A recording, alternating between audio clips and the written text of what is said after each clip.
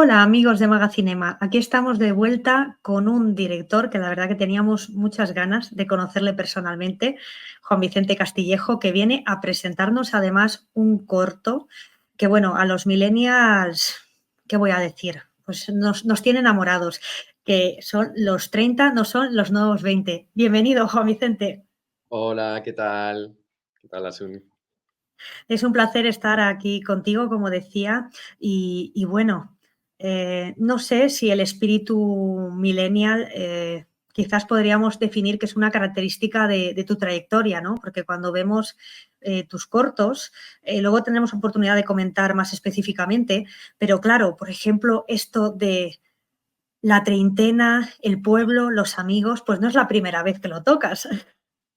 No, bueno, es un tema que está ahí y sobre todo, vamos, en los 30 surgió por una necesidad de tanto personal como de lo que está pasando a mi alrededor que teníamos que contar. O sea, es una cosa que nació como intentando hacer algo pues más ficcionado con actores y demás y de repente una de las guionistas, que es Tamara y Alba, dijeron, ¿por qué no grabas a tus amigos y no ficcionamos, sino vamos a Hacerlo más grabar? documental, ¿no? Claro, vamos a hacer esa fiesta de cumpleaños que se va a celebrar y vamos a hacerlo. Metemos a 3 actores para controlar la situación, porque, bueno, el corto es muy especial en ese sentido, y vamos a ver qué es lo que pasa con 4 o 5 parámetros y el objeto de estudio, que es esa generación millennial, pero también que viene del mundo rural. Claro, y además llama la atención porque es verdad, el título hace referencia, pues, un poco a esa especie de cantinela, ¿no?, que nos venimos diciendo todos, incluso, claro, hablamos de los 30 son los 20, los 40 son los 30, ¿no? ¿Qué nos pasa a esta generación? ¿Qué dirías, Juan Vicente?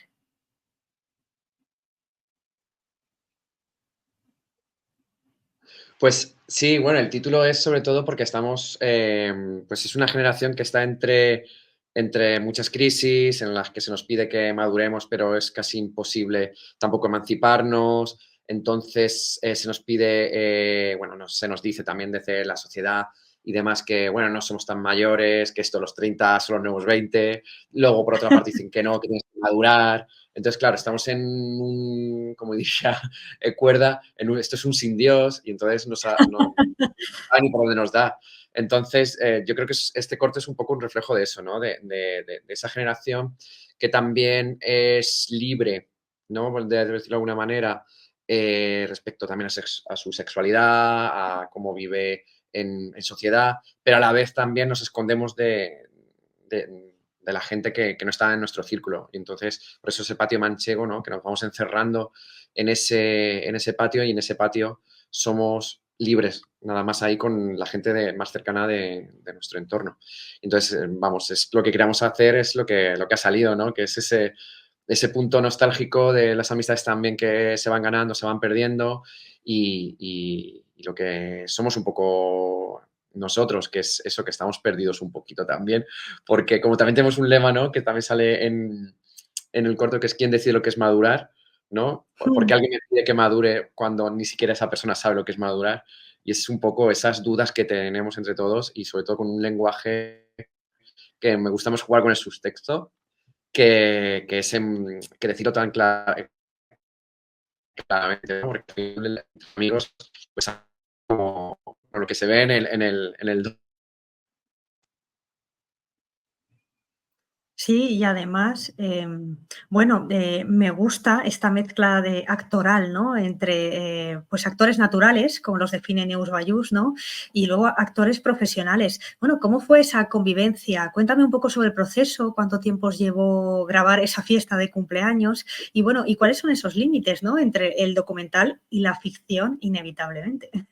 Sí, nosotros queríamos jugar un poco, nosotros hablamos del documental, aparte de como un manifiesto de la generación millennial, también como una no ficción, porque realmente los actores estaban ahí para controlar un poquito la acción y que no se fuera de madre, pero fueron 14 horas seguidas de Guau. rodaje porque están de verdad.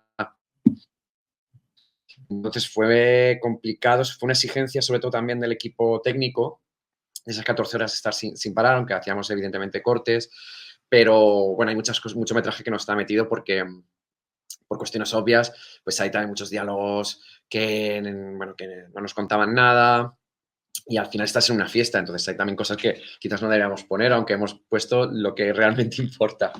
Y los actores sí que trabajamos como una especie de guión previo para, bueno, que representan a personas reales, o sea, por eso decimos y afirmamos que es un docu, aunque sea de un tema más banal, pero sí que hay un objeto de estudio. Y trabajamos sobre un guión que luego ni los actores siguieron. O sea que, porque ellos lo que también, el trabajo fue muy difícil porque aparte de tener que representar a personas que pueden existir o que existen, era también la improvisación. Entonces, por ejemplo, el protagonista, que es mi amigo de toda la vida, que es David, que realmente se convirtió en el protagonista puro y duro por su desparpajo, vamos, él no siguió en ningún momento ninguna indicación. Si seguía alguna indicación era sobre todo por más temas de encuadre o por donde queríamos ir un poco con lo que estábamos estudiando.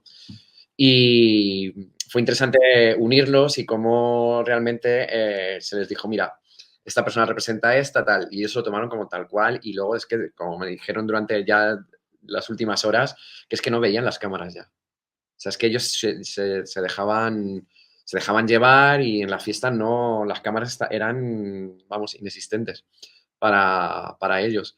Había un par de indicaciones que les dimos, porque en un momento, sobre todo también sobre todo para, bueno, canalizar un poquito y que no se fuera, vamos, que seguir como una vía, ¿no? Digamos, porque yo pongo también, por ejemplo, en los documentales de las dos, cuando vemos al pobre Cervatillo o al pobre Ñu ahí preparado, muchas veces eso se prepara, todo eso está preparadísimo. Entonces, pues nosotros queríamos hacer lo mismo. ¿Por qué se puede contar la ficción de modo de un documental? ¿Y por qué no podemos contar un documental con el lenguaje de la ficción? Y sé que era una propuesta arriesgada, que nosotros en preproducción lo hablamos, pero, por ejemplo, Alfonso Palazón, que es el productor de la peli, dijo que lo veía totalmente claro y que había que arriesgar y jugar en esa fina línea. Y hicimos un documental con un lenguaje claramente de ficción, pero que realmente estamos, como digo, ¿no? Estamos mostrando algo que está ahí, que es cierto y que, bueno, que es como nos sentimos también esta generación. Y no vimos otra manera de contarlo, porque no queríamos que sonara falso haciéndolo ficción y queríamos que fuese muy, muy real y sobre todo con gente que es real. Sí, y sobre todo es interesante que bueno, nosotros, ¿no? Que somos, yo también soy millennial, entonces de la propia generación, ¿no? Contar esas historias, acercarnos al relato, ¿no?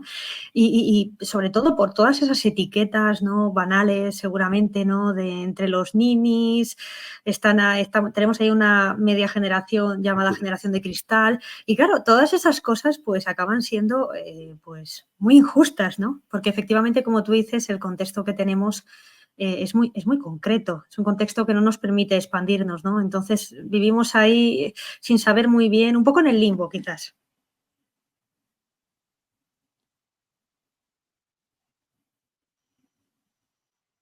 Sí, la verdad es que un poco en el limbo, ¿no? Vivimos esta generación.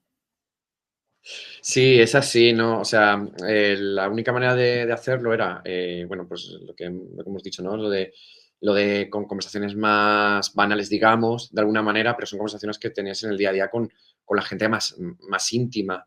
Entonces, pues queríamos, bueno, ¿por qué no a través de cómo nos expresamos contra una preocupación que yo creo que en todas las generaciones está y es algo que es transversal y que, bueno, nosotros tenemos una determinada manera de comportarnos, está la generación Z y las que vienen, pues también tienen una manera de expresarse Y con lo que mencionas, ¿no? Lo de la generación de cristal, o sea, que está hecho por, que estas frases, ¿no? Y cómo calificarlo, está hecho también por gente que realmente ni se intenta, no intenta saber cómo, por qué se comportan de esta manera, pues simplemente porque son personas que han conseguido abrirse y han conseguido hablar Mm, de, por ejemplo, la salud mental y ponerlo, vamos, que ponerlo en la palestra, sobre la que mesa, se hable sí. también de eso, mientras, claro, entonces como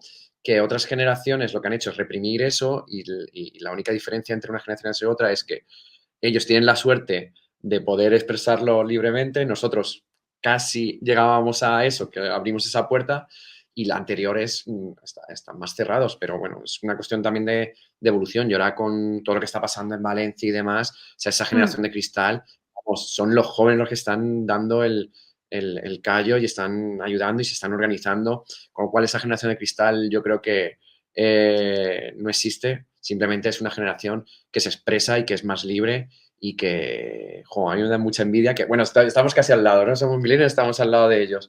No nos sí. llevamos mucho, pero bueno, por lo menos a mí como, o sea, como millennial también y demás, me enorgullece bueno, haber abierto esas puertas y haber abierto caminos. Y creo que el corto es un poco para ver esa perspectiva, ¿no? Que otros teníamos que vivir nuestra vida en el interior de ese armario, de ese patio, para que otros, bueno, para luego abrir como dicen en mi pueblo, las puertas del patio son las puertas, para abrir las puertas. Sí, sí, es así porque además sí que me parece importante, ¿no? Destacar ese ambiente rural, ¿no? La vuelta al pueblo y yo creo que Juan Vicente en ese sentido hay mucho biográfico ahí, ¿no? De cómo todas esas personas que nos hemos movido de localidades o de lugares más pequeños, ¿no? Cómo eso ha sido abrirse al mundo, pero también necesitamos nuestra raíz, ¿no? Y volver al pueblo es pues recuperar mucha parte de nuestra identidad. Sí, totalmente. O sea, nosotros ahí lo que yo quería mostrar también es la diversidad que puede existir bueno, que puede existir, no, que existe en los pueblos, porque hay una determinada manera de que cómo mostrar a la gente del pueblo, ¿no? Que siempre, pues, tirando a la vid cómica, siempre desde lo cómico. Y yo me niego, o sea, o sea, que evidentemente hay arquetipos y hay, pues, los típicos personajes que existen de verdad en los pueblos, pero también hay un mundo y una diversidad enorme y la única manera de mostrarlo era también de esta manera, y sobre todo con personajes reales. Y, y la vuelta al pueblo es esa también, ¿no? De visibilizar una parte bueno, no se suele mostrar y que sobre todo que se suele ridiculizar. Y volver a la raíz yo creo que es lo principal también para seguir evolucionando, ¿no? Y ese momento que yo creo que es también necesario de repensar, ¿no? Porque hay un momento de rechazo, sales del pueblo, no quiero volver al pueblo, tal, no sé qué, pero Sí. realmente somos lo que somos gracias también a él y gracias a lo que hemos vivido bueno, lo que hemos vivido ahí. Muy simbólico lo de abrir las puertas de los patios, ¿no? Abrir las puertas en general, porque es así, cómo encontrar, digamos, ese equilibrio, ¿no? Entre la persona que salió del pueblo y ha crecido y la persona que también es lo que es gracias al pueblo. Y creo que ahí está muy bien jugado en el cortometraje. Sí, claro, o sea, hay un momento, uno de los personajes, por no desvelar mucho porque la gente que lo quiera ver, pero hay un Claro. momento hay un A momento mí me que pasa esto siempre haciendo la entrevista, que es como que me gustaría hablar de muchas cosas, pero casi que quiero simplemente abrir el apetito para que vean el corto después. sí, no, hay un momento que uno de los personajes, pues, habla de su pasado al final de la noche, ¿no? Es como que va evolucionando con la gente que está alrededor y se va abriendo, ¿no? De cómo es su pasado, se ha comportado de una manera y cómo va evolucionando y cuenta lo que es, ¿no? Abriendo esas puertas. Y creo que es importante, ¿no? También para, bueno, que estamos hablando, ¿no? De abrir las puertas para mostrarnos y sobre todo también para ayudar a los que vienen. Mm. Exacto. Yo creo que en este mundo loco en el que vivimos y desconcertante, porque creo que es la palabra que más estoy escuchando esta semana, estamos todos un poco así con un estado de ánimo más bien. Sí, Solo hay que ver, bueno, pues todo lo que ha pasado con Valencia, como decías, bueno, la situación en el mundo con las guerras, bueno, Estados Unidos, lo dejo ahí entre líneas que todo el mundo me leerá, pero justo en ese momento necesitamos, por ejemplo, cortometrajes como este, necesitamos, o sea, sentir que en realidad cada uno de nosotros puede dejar algo más, ¿no? Y yo creo que tú lo has dicho, otras generaciones también, por ejemplo, en el caso de las mujeres, ¿no? Nos empujaron, ¿no? Hicieron sitio y nosotras estamos aquí gracias a ellas, ¿no? Y hay que reconocérselo, que ellas abrieron la puerta para que pasáramos todas las demás. sí, totalmente. O sea, el corto puede verse de varias maneras y es mirándolo de manera totalmente superficial, que evidentemente, pues, cómo se habla y cómo que era un empeño nuestro de no vamos a decir, no vamos a dejar ninguna frase, ser vosotros mismos, no hay Mm. nada preparado, hablar de lo que queráis, tenéis estos temas, podéis hablar, sois vosotros, de esto hemos hablado, de esto hemos lo otro. Evidentemente, con unas líneas de cosas que nos habían pasado y decir, oye, podéis hablar de este momento, podéis hacer esto y se hacía. Y lo que queríamos hacer eso a través de lo que tú puedes ver algo como superficial, si rascas, pues ves esos temas que nos preocupan a muchos. Y, y, evidentemente hay temas pues mucho más importantes que mirar nuestro ombligo, pero también hay que mirarnos a nosotros mismos también para crecer. Y en eso creo que abrimos una puerta para que la gente, bueno, se autodescubran un poquito a sí mismos, ¿no? Que hablen, que repiensen un poco el tema de sus amistades, porque también hablamos mucho de la amistad, sobre todo también ese momento en el que, bueno, pues sigues juntándote con alguien que no tiene nada que ver contigo y a lo mejor pues hay que dejarlo ir o simplemente te refuerza esa persona que no tiene nada que ver contigo y lo único que hace es mantenerte los pies en el suelo y lo que tienes que hacer es reforzar esa amistad. Es también un poco ver lo que hay a nuestro alrededor, porque si miramos más allá, nos encontramos, pues bueno, este mundo loco que a veces para seguir adelante hay que refugiarse con los que están a nuestro alrededor y buscar la mejor compañía vamos, para no explotar. Y yo quería preguntarte, ¿es de alguna manera tu, digamos, tu entorno natural el documental? Porque, por ejemplo, habíamos hablado de la amistad por ese corto tan fantástico, ¿no? Que tuvo tanto recorrido, que fue San Roque, pero Sí, realmente tú te has movido más en las aguas de esa búsqueda, ¿no? Del naturalismo, pero mm. desde algo muy cercano y conocido, como por Sí, ejemplo porque el caso de la comunión de la nena. sí, vamos, es eso. O sea, yo la manera de lo que estoy buscando y explorando es a través de lo que conozco a mi alrededor. Entonces, bueno, en San Roque son mis amigos. Ahí sí que actuando, pero son mis amigos. Bueno, en los 30 sí, pero ahí ya no están actuando, pero en San Roque sí que están totalmente actuando. Y es como, bueno, buscar a mi alrededor porque creo que es lo que mejor conozco y lo que mejor puedo tratar. Y con la comunión de la nena, lo que hice, bueno, vi que había en mi entorno varias historias que podían ser totalmente universales y lo único que hice fue entrevistar a mi familia y, bueno, intentar reinterpretar lo que es el cine doméstico y la experiencia de sentarte, lo que se hacía antes, ¿no? De sentar toda tu familia alrededor de la televisión, poner el vídeo de la comunión y que alguien explique. Pero sí, intento Yo siempre buscar a mi alrededor porque yo creo que hay algo que creo necesario contar y sobre todo que sí que veo ese punto también universal que todo el mundo puede entender perfectamente.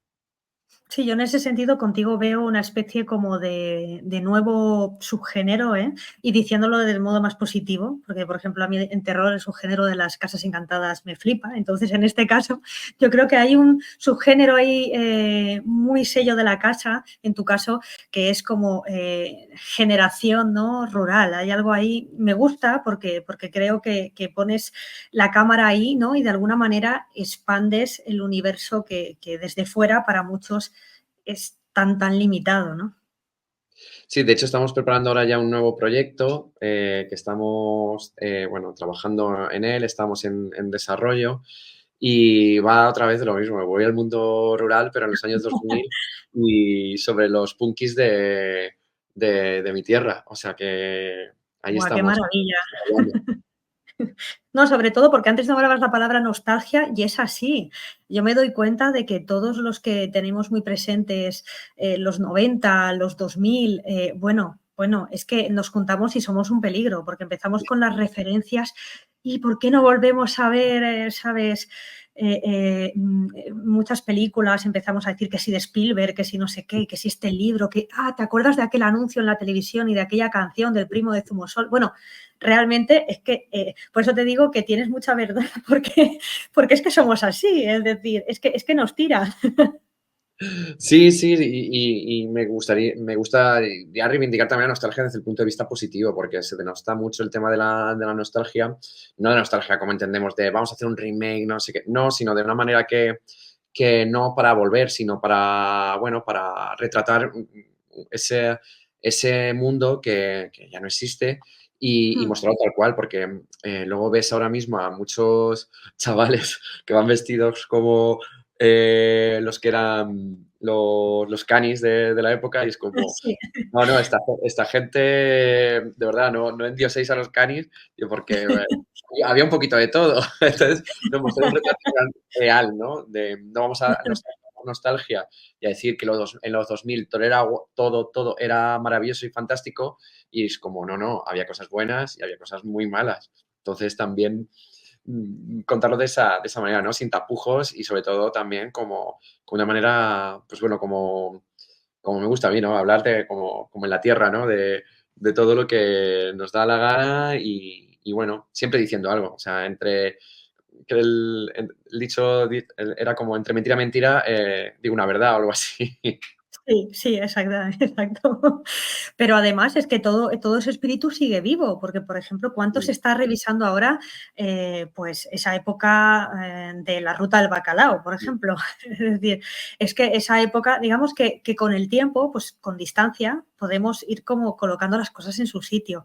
Y ni por un lado infravalorarlas, ni por otra que sean tan míticas que no veamos. Pues es como si hablamos de los 80 de la movida, pues época maravillosa, pero también una época muy cruda por todo el daño que hizo, por ejemplo, la droga. Entonces, claro, está muy bien como que podamos un poco revisitarnos y, ¿por qué no? Pues de ahí venimos, ¿no? De esos lodos, digamos.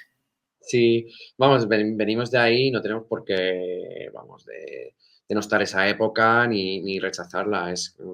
Aprendemos con ella y construimos sobre ella. Y vamos, mientras todo va, aunque el mundo nos indique que todo va peor, hay un camino de esperanza que es que podemos ir a mejor y aprender del pasado, incluso construir a su alrededor y seguir, bueno, pues haciendo cosas como las que estamos haciendo. Y claro, hablando de nostalgia, no puedo dejar de mencionar Los hijos de Errol Flynn, porque permíteme, yo tengo debilidad por ese corto tuyo, ¿no? Porque además ahí sí que es una España mítica que existió de, bueno, cuéntanos un porque ya te digo, voy a aprovechar para hacerle publicidad al corto porque a mí me encanta. Y toda esa vena hollywoodiense, ¿no? Que hemos tenido en España, ¿no? Cuando pensamos en Hemingway o bueno, pues en mucha gente que ha pasado por aquí o bueno, pues anécdotas hay miles, pero a mí, Errol Flynn, o sea, ese cortometraje, pues me descubrió un capítulo que desconocía. Sí, y esto surgió de manera, pues hablando también con mi entorno y que había una historia ahí que Rufín estuvo en Albacete y es como, ¿cómo perdona esto? Y a partir de ahí lo que descubrimos es que había un montón de hijos de brigadistas en Albacete. Entonces, Wow. estuvimos investigando, conocimos a Olga Flanagan, que estuvo buscando pues, la historia de su abuelo, y Errofin era esa excusa para hablar realmente de los brigadistas. Es como, bueno, te va a llamar la atención, Errofin estuvo aquí, hay una anécdota del libro que habla de una enfermera que no se sabe si es en Madrid o es en Albacete, o realmente se lo inventó todo, eso lo dejamos en el aire, y lo que nos centramos es un poco también de lo que ocurrió en Albacete, que hubo grandes figuras, o sea, es que no se sabe nada. Y claro, Albacete fue el centro internacional de las brigadas internacionales. Estuvo todo el mundo allí. Lo que pasa que, bueno, pues al perder la guerra el bando republicano y al irse los brigadistas, Albacete sufrió, bueno, fue declarada como ciudad rebelde y todas las instituciones anteriores a 1940 desaparecieron. Y entonces, claro, todo eso y bueno, y luego ya la fama que tiene Albacete en el imaginario colectivo, que bueno, no voy a hablar de ese tema, pero fue Pasamos palabra. bueno, sí, sí. Yo digamos que Albacete fue la ONU de esa época porque fue el centro de lo que fue y es así y lo que pasa es que no hay constancia de, de- de personajes que sí que estuvieron y otros que, por ejemplo, Errol Flynn pues no se tenía muy claro y había una fotografía que está en el Centro Nacional de la Fotografía de Cataluña y, pero estuvo, bueno, desde Wells, desde, bueno, Hemingway, o sea, pasando revista Pasionaria, evidentemente que estaba en España, pero bueno, es que hay cantidad de personajes que pasaron por ahí y de los que no conocemos. Se dice que también estuvo Tito de Yugoslavia, el dictador de Yugoslavia. Bueno, es que, El y es algo mariscal, que, sí. sí, que lo hemos perdido y que bueno, estaba bien revisar. Sobre todo me interesaba eso, los hijos de esos brigadistas que se quedaron ahí.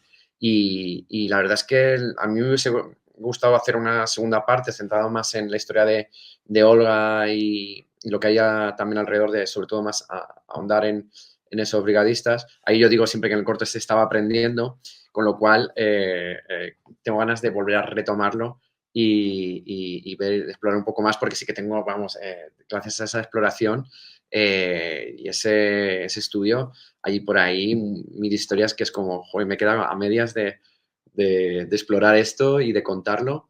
Y hay una barbaridad de historias que nos han contado o que simplemente tienen miedo todavía a contar. Y eso es lo realmente que la memoria se pierda por el miedo. Y es como un poco triste y son cosas que me gustaría sacar en algún momento. Sí, sería fantástico porque todos estos detalles, por ejemplo, lo que hablábamos bueno, un poco como la excusa, ¿no?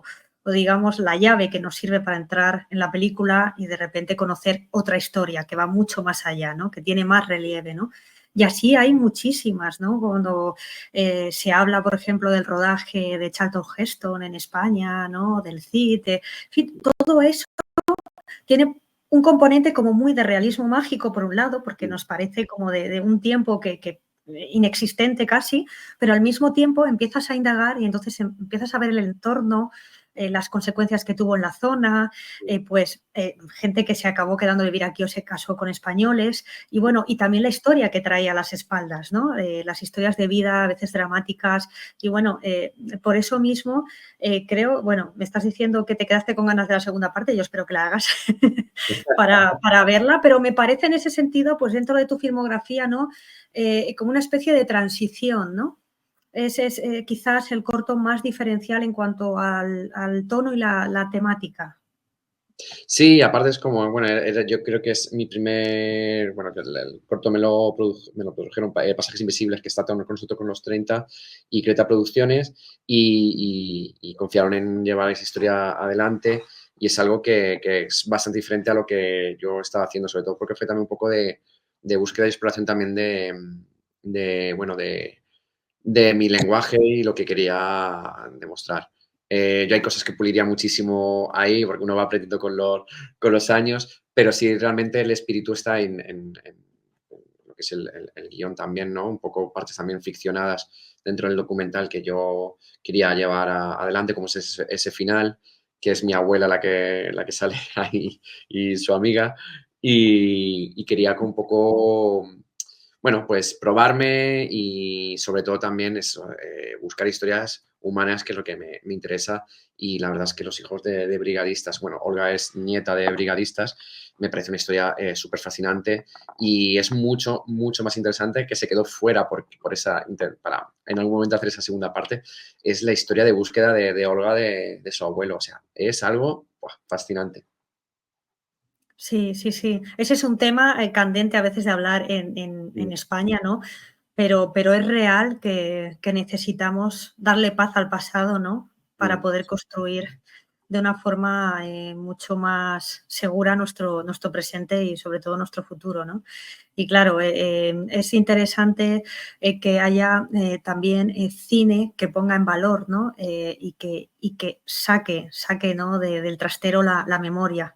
Sin embargo, también hay muchas opiniones en ese sentido disidentes, ¿no? Respecto a por qué hay que remover el pasado, hay que mirar al futuro, pero es verdad que esto de pasado pisado comprobamos que no nos funciona, porque No, solo hay que mirar lo que está sucediendo. no, no, no. Vamos, la memoria es súper importante para todo. No es remover, sino es saber.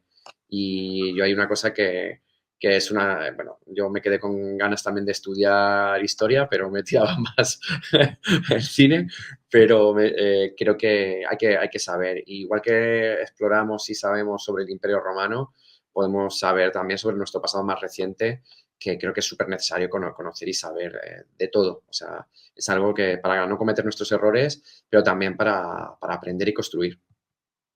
Tú que eres docente, que estás en contacto además con estas nuevas generaciones y también es algo que les transmites, ¿cuál es, digamos, ese legado más importante que crees que se le puede dar a los nuevos directores, guionistas, etcétera, ¿no? A los nuevos creadores? Pues yo creo que hay que saber de todo y conocer de todo, y hay que ver de todo. O sea, es algo que yo siempre reivindico. O sea, es algo, una cosa como de después estar viendo ni que fuéramos, pero también ver, también ver a Tarkovsky. O sea, es que hay que verlo todo para que conocer cómo se expresa la gente y el lenguaje. O sea, creo que de todo se puede aprender. Luego tienes ya tu ética y los temas que quieras tratar, que son muy diferentes, pero creo que tienes que ver de todo dentro de los límites morales y legales también, te digo. Pero, pero tienes que conocer un poco de todo para saber. Luego puedes hacer otra cosa totalmente distinta, pero para hacer esas cosas distintas y para romper tienes que saber. Y yo creo que es súper importante ver, leer y aprender del que está a tu lado y sin ningún, vamos, no hay que, sin ningún complejo y adelante. Y en ese momento es el momento de crear, no copiando, sino aprendiendo de todo y de ahí puedes rechazarlo y hacer algo totalmente radical, pero sabiendo lo que se hace o seguir una línea más clásica. Además, tú también trabajas desde hace años en el mundo de la producción, si no me equivoco, en B-Team y Sí. también en otras productoras, ¿no? Y no sé cuánto te ha aportado ese camino, ¿no? Esa experiencia para tu trabajo como cortometrajista e incluso tu trabajo o tu pasión como cortometrajista para aportar a tu rutina diaria en la producción. Sí, yo, bueno, más que en la producción, en Bitin estoy trabajando sobre todo en tema he pasado por varios departamentos, ahora mismo estoy en materiales que me deja también un poco más de paz mental.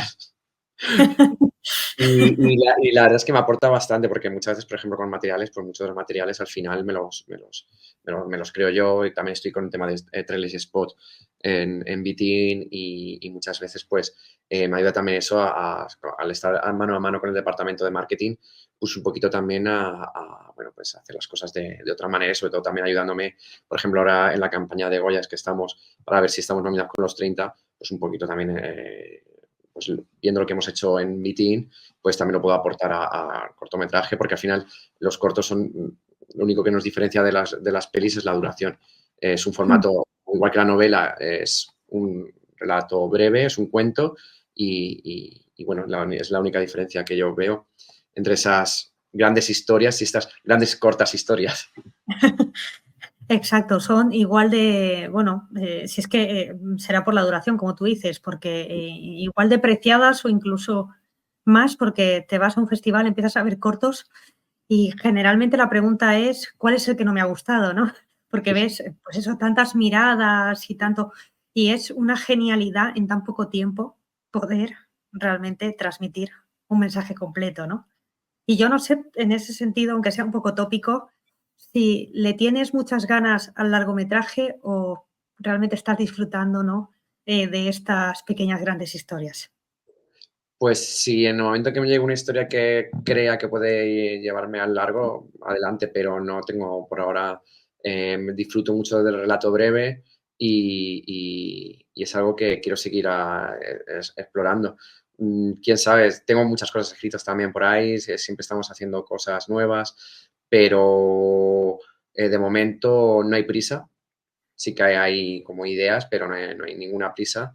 Y de momento me gusta el formato breve y el corto también lo reivindico como industria. Es mucho más difícil que un corto sea totalmente industrial en términos de que genere dinero y demás, pero ahora mismo es lo que me nace es seguir con el corto de momento. Luego ya veremos si vamos al largo, si hacemos otro corto, si nos dedicamos a no hacer nada. Bueno, no hacer nada nunca, eso no ha pasado todavía, pero bueno, quién sabe Imposible. lo que va a deparar. Y bueno, no querría terminar sin hacer esa mención, ¿no? Estamos ahora en esa pretemporada, ya a punto de empezar la temporada de grandes premios. Por supuesto, todos tenemos muy presentes los premios Goya. No sé, ¿qué significa, sobre todo para en este mundo del cortometraje, que es tan difícil, digamos, profesionalizar desde ese punto industrial? Pues, ¿qué significaría pues, una nominación? ¿Qué puede significar? ¿Cuán importante es para los cortometrajistas?